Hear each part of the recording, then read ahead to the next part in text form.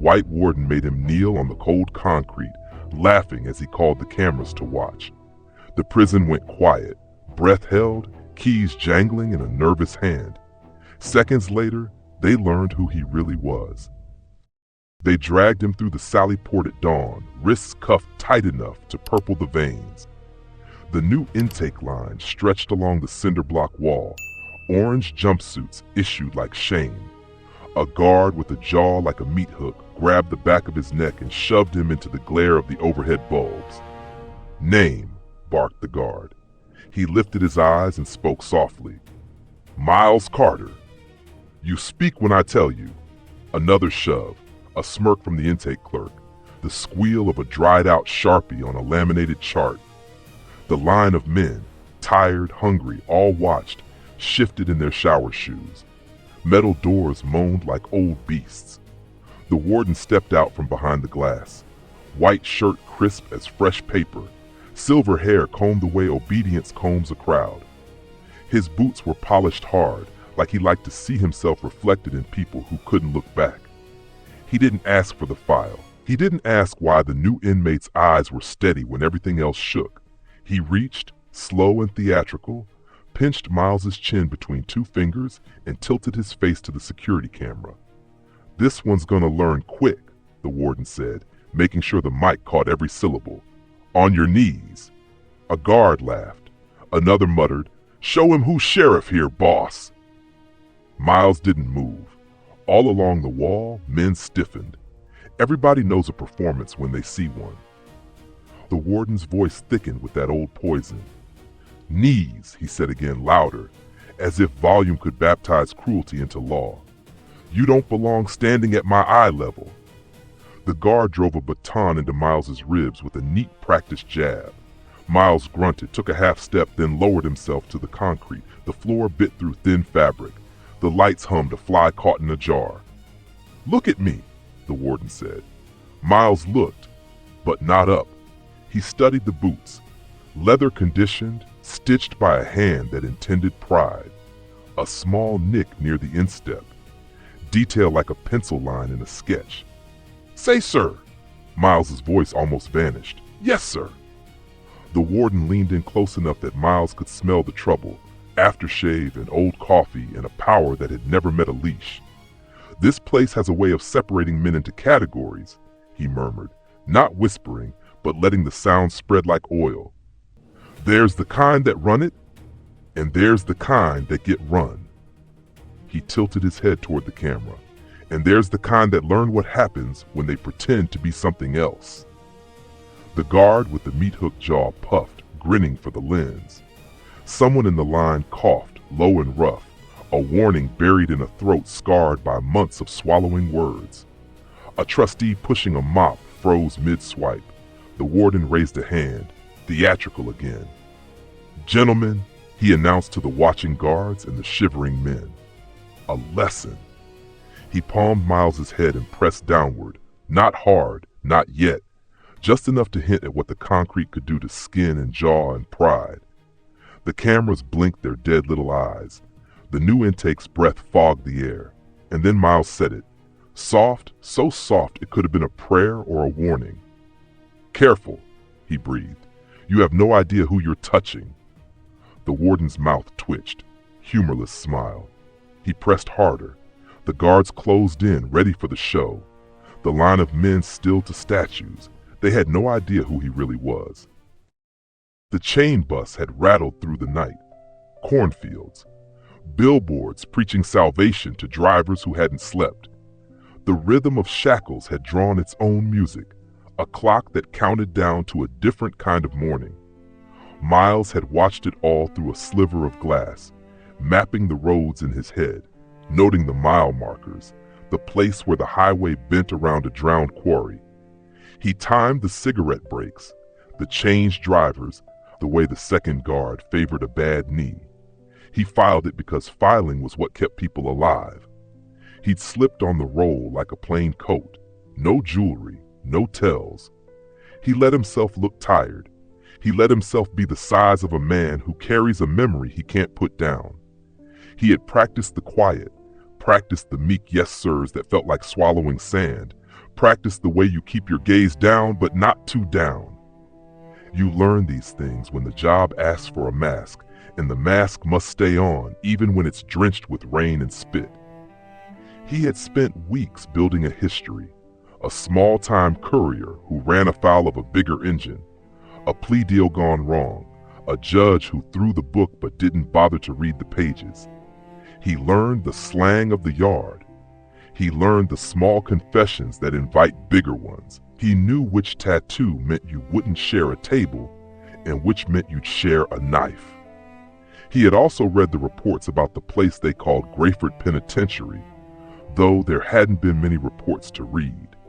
Complaints swallowed, audits delayed, cameras that went offline when it mattered, a staff roster that turned over just fast enough to keep everyone's memory short, and a warden whose family had owned land here long before anyone wrote rules about who could own what. Miles's mother used to tell him, when the news turned loud and ugly, to count his breaths and then count the things he could still do. He could still straighten his collar. He could still hold a door. He could still speak in a tone that made other men lower theirs. Never confuse patience with permission, she'd said, tapping his chest where a boy's heart can be taught to be bigger than its cage. Patience prepares the ground. He'd kept those words like a folded photograph in a pocket no one could search. They were with him now as the intake clerk tossed his property bag into a bin and the warden's hand made a stage of his skull. He could endure this morning because the morning had a purpose. His purpose had a name. The name in his quiet file was Isaiah Cortez, an inmate who'd written a letter that never made it to the post office, but somehow arrived 3 states away. People are disappearing after lights out, Isaiah had put down in block letters, heavy as footsteps. They take who they want. Some come back with new scars, some don't come back. Every page of Isaiah's letter had smelled of bleach. Every sentence was a roadmap drawn with a shaking hand. Isaiah wasn't the only one. Another letter, shredded and taped back together by a sister who refused to be quiet, had arrived with similar coordinates. Grayford's night shift, a ghost wing, a ledger that listed medical transfers that never reached hospitals. The Bureau had sent quiet inquiries. Grayford had returned loud denials. The state played calendar games. The federal attorneys sighed. The nation argued in comment sections. The warden kept polishing his boots. Miles knew how this went. Truth is loud in the heart and quiet on paper. The job was to go where paper wouldn't go. He'd gone to worse places than Grayford. The difference wasn't the filth or the noise. The difference was that Grayford dressed its hate in rules. And some folks loved rules because rules come with forms, and forms look like fairness from far away. So he breathed. The concrete was not a cathedral. The man pressing him down was not a god. He could still count his breaths. He could still remember the plan. All missions are 2 stories. The one you tell them, the one you tell yourself. He told them he was small. He told himself he was here to bring men home. You think I won't? The warden's voice sharpened. A guard snorted. The intake clerk clicked her pen like a metronome to Cruelty's song. Boss, Meathook said, angling the camera to get the shot. We streaming this to the training room? The warden didn't answer him. He lifted his palm from Miles's head and took a step back, eyes skimming the line of men like a hawk surveying mice. Gentlemen, he called again, because he liked the word gentleman applied to men who had been stripped to numbers. This isn't a hotel. This is a house of order. And order, he added, letting his gaze come back to the black man on his knees, starts with putting people in their place. He leaned and with 2 fingers flicked the top of Miles's ear. A small thing, a humiliating thing. Laughter from 2 guards behind him. The sound rolled down the line and died, strange and hot, in the throats of men who understood exactly what that flick was meant to do. A trustee with a mop, the name stitched crooked on his chest, read Harris, shifted his weight. His eyes met Miles's for a startled second. Harris's lips parted, as if a warning had tried to leave and couldn't find the doors. The warden snapped his fingers. "Shoe inspection," he said, like he'd remembered a trick. He pointed to Miles. "Lick the floor clean where you scuffed it." A quiet that was not respect spread. It was the quiet of men on a cliff, watching a rock think about jumping. Meat Hook started forward, baton out, because even a false order feels better when it's enforced. That's when someone at the back said, "Too loud, leave him," and every head turned. Isaiah Cortez, tall, long arms, a scar that looked like someone had tried to erase him with a dull knife, stood just out of line. He'd stepped forward without meaning to or meaning everything. His hands shook, but not with fear, with memory. The warden's smile chilled. "Mr. Cortez," he said, "your mouth again." Isaiah looked at Miles. A tiny nod passed between them, barely a movement, two plucked strings answering. "You want a special lesson?" the warden asked Isaiah, but he wasn't looking at Isaiah now. He was looking at Miles, measuring where a man puts his eyes when someone else is threatened. "You want to visit my quiet wing tonight?" The guards laughed at that, the way men laugh when they've named the dragon they feed. Keys winked on belts. Radios yawned. Miles spoke finally, lifting his head to show a jawline that hadn't broken because it didn't know how. "I'll clean the floor," he said, voice even. "But you'll stop touching me." A gasp oiled through the room. The warden's eyelashes barely moved. "You'll what?" "You'll stop touching me," Miles repeated, because some sentences are hammers that must strike twice. The warden gestured. Meat Hook grabbed a fistful of jumpsuit, wrenched. Miles tumbled chest down, cheek to concrete. The mop bucket sloshed as Harris flinched. A far door clanged. Somewhere, a television on a staff desk carried the noon news. A car chase with sound turned low. The world kept going. Grayford narrowed to the width of a man's breath. The warden crouched, boots planted like border stones. He brought his mouth near Miles's ear. "You ain't gotta say here," he whispered. Not loud enough for the camera, just loud enough for the odor poison to break free of its cage. "You ain't ever had a say here." Miles felt the words more than heard them. Words leave fingerprints. The concrete smelled of disinfectant and old shoe rubber. He tasted iron, not blood yet, just the metal of patience beating itself against a locked door. "Cameras rolling?" the warden asked, rising, voice bright again. "Always," Meat Hook said. "Good," the warden said, and he reached for the baton himself. No one moved. It was the kind of pause that knows it's historic. 2 seconds. 3. The baton hovered. "Boss," the intake clerk said suddenly, too crisp to be casual. "The regional inspectors due this week. We maybe." He cut her off with a glance that iced the air. "The inspector doesn't tell me how to keep order in my house." "Your house," Isaiah said low. "It ain't yours." The baton whistled down, not to strike, but to tap the floor beside Miles's face. A threat rehearsed. A prophecy of what he could do, would do later, when paperwork could be adjusted and cameras developed, static. The guards smiled. The men shrank. The moment stretched. And then, under the hum of the fluorescent bulbs and the brag of the baton, a tiny chirp sounded from somewhere behind the intake desk. It was the chirp of an encrypted receiver. A sound no one here had heard before. The clerk frowned. "What is that?" The warden didn't turn. He brought the baton up again, ready to knock whatever remained of the morning out of Miles's head. Miles rolled his shoulder just enough to make the chain at his wrist flash in the light. A link shimmered, the smallest thing. Yet some doors open not when you kick them, but when you find the latch. "Stop," Miles said, no longer soft. He pushed himself up to one knee. The baton froze in midair. Miles lifted his cuffed hands, palms forward, calm, deliberate, like a man who'd waited to arrive at exactly this minute. With a flex of his right wrist, a hidden clasp in the cuff popped, silent as a held breath releasing. The trick wasn't magic. It was a safety feature approved for federal transport and unknown to local staff. Miles let the open cuff hang so everyone could see it swing like a broken promise. "Harris, The trustee actually said, "Oh," as if a math problem just solved itself. The warden's eyes ached narrow. "What did you?" Miles stood. Smooth, not fast.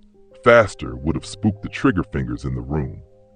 He set the free cuff back around his wrist, clicked it shut again with the same casual care as a man straightening his tie.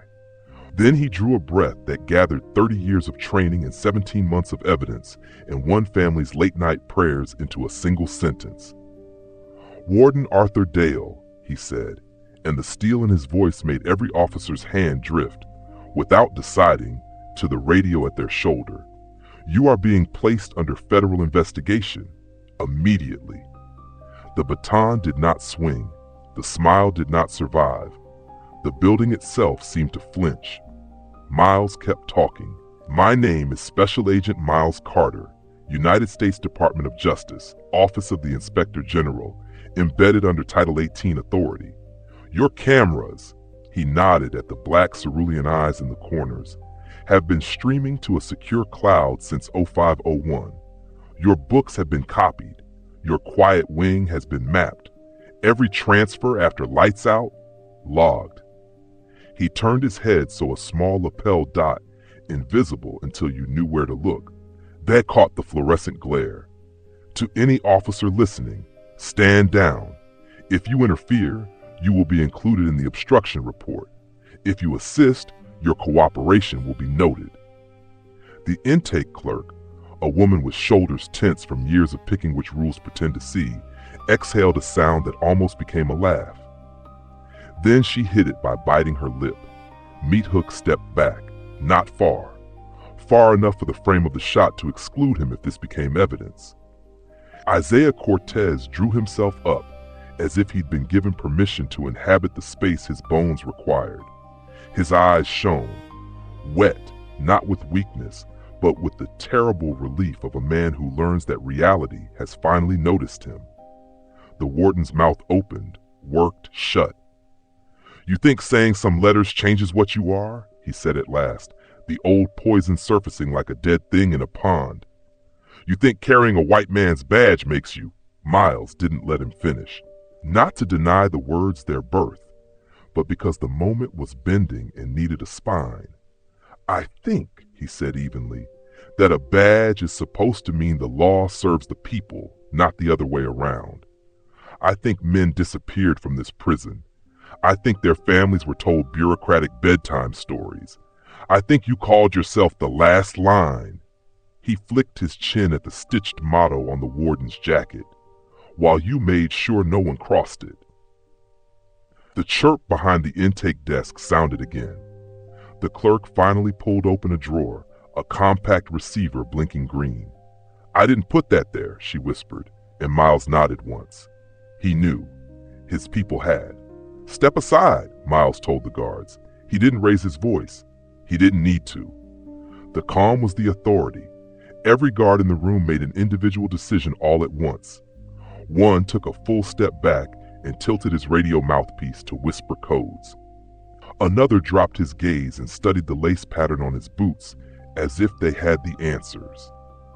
Meat Hook hovered, muscles telling him to be loyal to the last bad order, brain finally calculating that the last bad order might be recorded from 3 angles and reviewed by people who knew how to pronounce the act that makes covering up a felony a felony. Harris set the mop down with care, as if he were laying a baby to sleep. Isaiah moved closer to Miles, then stopped, as if the distance between them were a bridge that should be crossed only when the papers said it was allowed. "Mr. Dale," Miles said, stripping the honorific of any honor, "you will accompany us to your office. You will not touch your computer. You will not make a phone call. You will not say one more word to an inmate. If you do, I will cuff you with the same cuffs you used on me, and the cameras will watch." He let the word watch land. Cameras couldn't feel shame. But men could. The warden swallowed a word he had practiced his whole life. He forced a laugh that sounded like a chair dragging across a church floor. "You're bluffing. A trick. A costume." "You want the short proof or the long proof?" Miles asked. "The short," the intake clerk said quickly, surprising herself. Miles raised his left hand, and the receiver in the drawer buzzed alive. A voice, professional, cool, filled the room. Grayford team, this is command. Visuals up. They confirm IR tags tracking. Local U.S. attorney present with warrants sealed and ready to unseal. Meat Hook swallowed so loud it was almost a yelp. The warden tried one more time. You think you can walk me through my prison? Miles smiled. Not cruel, not triumphant. He smiled like a surgeon who finally has the right instrument in his hand. We're not walking you, he said. We're walking the truth. It's been limping around here long enough. They went in a slow procession that made the hall look longer than it had ever looked. Miles at the front with the clerk beside him, her fingers still white on the edge of a file folder, as if paper might float her through this. Two officers peeled off and fell in behind, not to restrain their warden, but to witness his feet learning a new rhythm. Isaiah watched, then trailed at a distance, a trustee with mop and bucket now pushing the weight of a different history. Every man in orange along the way turned his head an inch and pretended not to see and saw everything. They reached the administrative wing, carpet thin as a sermon, walls decorated with certificates and frames that cost more than their glass. The warden's office door wore his name like a crown. Arthur Dale, Warden. Miles opened it and let the man of polish and Nick Bootleather step into his own portraits. Sit, Miles said. The warden did not sit. He walked to the window that overlooked the yard and put his palm flat on the glass, as if he could push the whole world away. You'll ruin men's livelihoods, he said, not turning. I'm here about lives, Miles answered. Livelihoods adjust. He nodded to the intake clerk. She sat at the computer and, at Miles's direction, inserted a slim device into the port. Files began to copy. Payroll anomalies, overtime spikes on nights without scheduled transports, camera outages that coincided with emergency medical logs, invoices for consulting services from companies that did not exist. A knock. The door opened. A woman in a navy suit with a lanyard and a face that had learned how to get people to sign things without hating her for it stepped in. Assistant U.S. Attorney Lynn Hennessy, she said, flashing credentials. Mr. Dale, we're unsealing warrants for administrative access and custodial interviews. The warden laughed. A single harsh bark. You people have no idea what you're about to do to this county. Lynn met his eyes. Didn't blink. My county has plenty of prisons, she said. It could use more justice. Miles moved to the bookshelf where a narrow ledger sat, italics on the spine, transfers. The kind of book that pretends to be a decoration until you touch it and it bleeds. He opened it. Names, numbers, the punctuation of a life reduced to a date and an arrow pointing away. He turned a page and found Isaiah's. An arrow that had been started and scraped off, the paper bruised where a pencil had changed its mind. He thought of the letter that had traveled on hands in hope. He thought of a mother teaching a boy to count breaths. He thought of boots polished to a mirror and the face those boots wanted to see reflected. Where are the men who didn't come back? Miles asked, not looking up. The warden said nothing. Mr. Dale, Lynn said, voice law quiet, we can do the part where you lie. It takes longer and hurts more, but the end is the same. A scrape in the hall. Meat Hook, his name tag said Parker like a trick, stood awkwardly at the threshold. He looked smaller without the baton. They used the infirmary after midnight, he said. Paper said outside hospitals, but that's not where the vans went. Where, Officer Parker? Lynn asked. Parker's eyes slid to the warden and then away like a dog that's learned to love and fear the same hand. The old laundry bay, he said. Through the service road. There's a scanner there that's not on the map. He swallowed. I don't want this anymore. Lynn nodded. Then you don't have it anymore, she said, and she meant it. They went. Down the hall. Past the frame with the governor's handshake. Past a photograph of the warden breaking ground for a new gym that never opened. Through a locked door and another, and then into the belly of the building where air tastes of detergent and rust. The laundry bay yawned, industrial washers like mouths that had learned to chew. Parker's hand shook as he pointed. Behind that, he said, a false wall. Screws that had known only one turn their whole lives. Miles slid his fingers under a seam and pulled. The panel gave like a tooth, surrendering to a dentist's steady hand. Behind it, a scanner with a cracked screen, a logbook that matched the ledger upstairs, a small metal cabinet with syringes stamped with expired dates and labels that didn't correspond to any medication approved for use.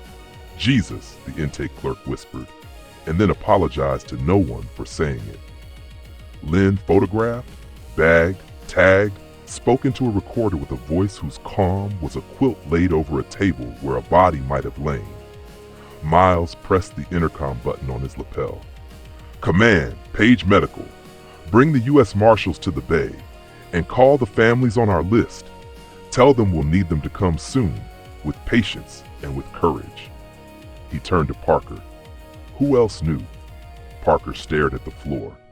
The night lieutenant, a couple of trustees they paid in ramen and threats, the warden's driver, some folks higher up who call when budgets get tight, said we were streamlining costs, said we were correcting the ledger. Correcting the ledger, Lynn repeated, tasting the words like poison she planned to label. The marshals came, browns and blues and quiet hands that had held the line in better places. They memorandized a lieutenant with a haircut that had taken pride in itself that morning and was now falling apart. They taped off the bay. They removed the panel fully and found a ledger more exact than the one upstairs. Names, times, codes that read like scripture if you spoke the language of theft. They cuffed the warden at last. He didn't fight. He stared at Miles as if trying to memorize the face that had rewritten his day. This won't stick, he said, but the bravado had holes like a roof after hail. My friends are already calling their lawyers, Lynn said, who are telling them to call me. They took him through the yard in the bright hour when sunlight makes dust look honest. Every man who had bent his spine for years straightened a little. Isaiah stood at the fence line and watched. He didn't cheer. He did something better. He lifted his hand, the way a man does when he salutes not a person, but the return of a principle he'd been told to quit believing in. Miles stopped by him. The yard buzzed with a hopeful noise that might become a roar if someone didn't guide it. You wrote, Miles said to Isaiah.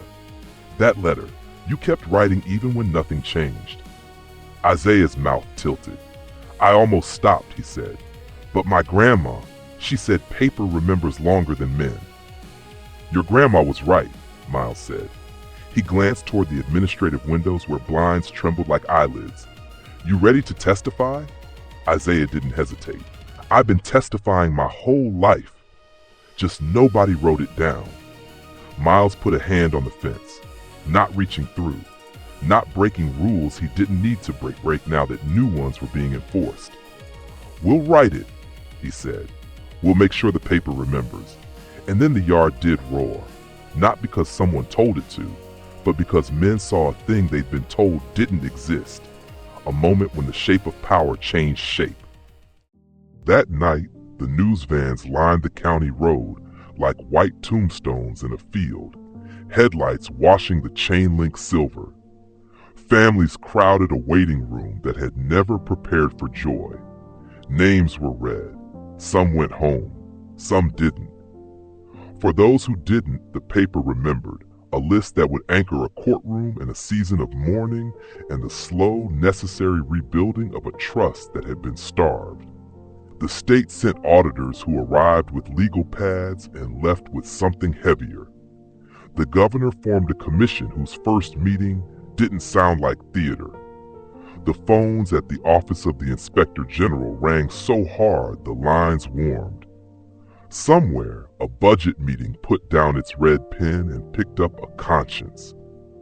Miles sat alone in a quiet office as dawn brushed the blinds with gray fingers. He wrote, Because that's what you do when a story could become a rumor if you don't nail it to the page.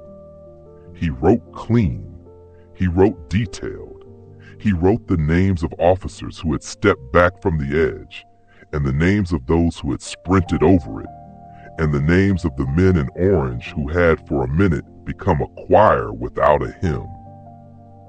He thought of the warden's polished boots and the nick at the instep.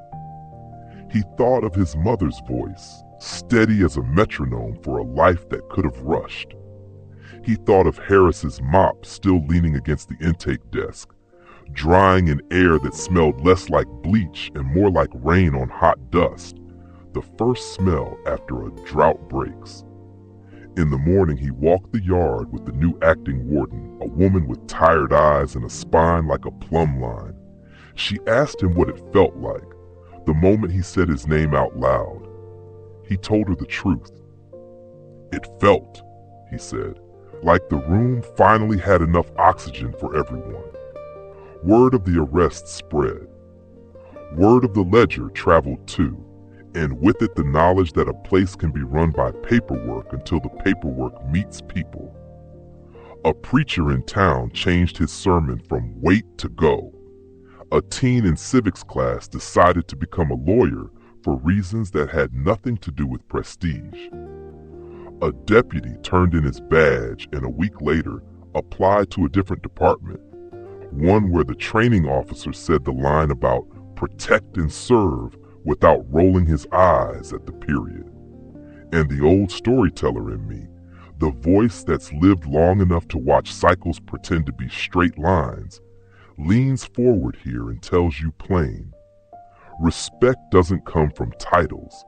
It doesn't flow from stitched names or keys on a ring or polished leather heels. Respect comes from how you treat people when you think no one's watching, and even more when everyone is. Justice doesn't always arrive with trumpets. Sometimes it walks in wearing an orange jumpsuit and a calm face. Sometimes it kneels on cold concrete and refuses to let the floor become a stage for cruelty. Sometimes it is patient, not because it's weak, but because it's preparing the ground. And when justice finally stands up, when it says its real name out loud, there's a sound I want you to remember. It isn't the clank of cuffs. It isn't the static in a bad camera. It isn't the hush of men afraid to breathe. It's the sound of a room inhaling together, learning there's enough air for all of us. And that was the moment justice began.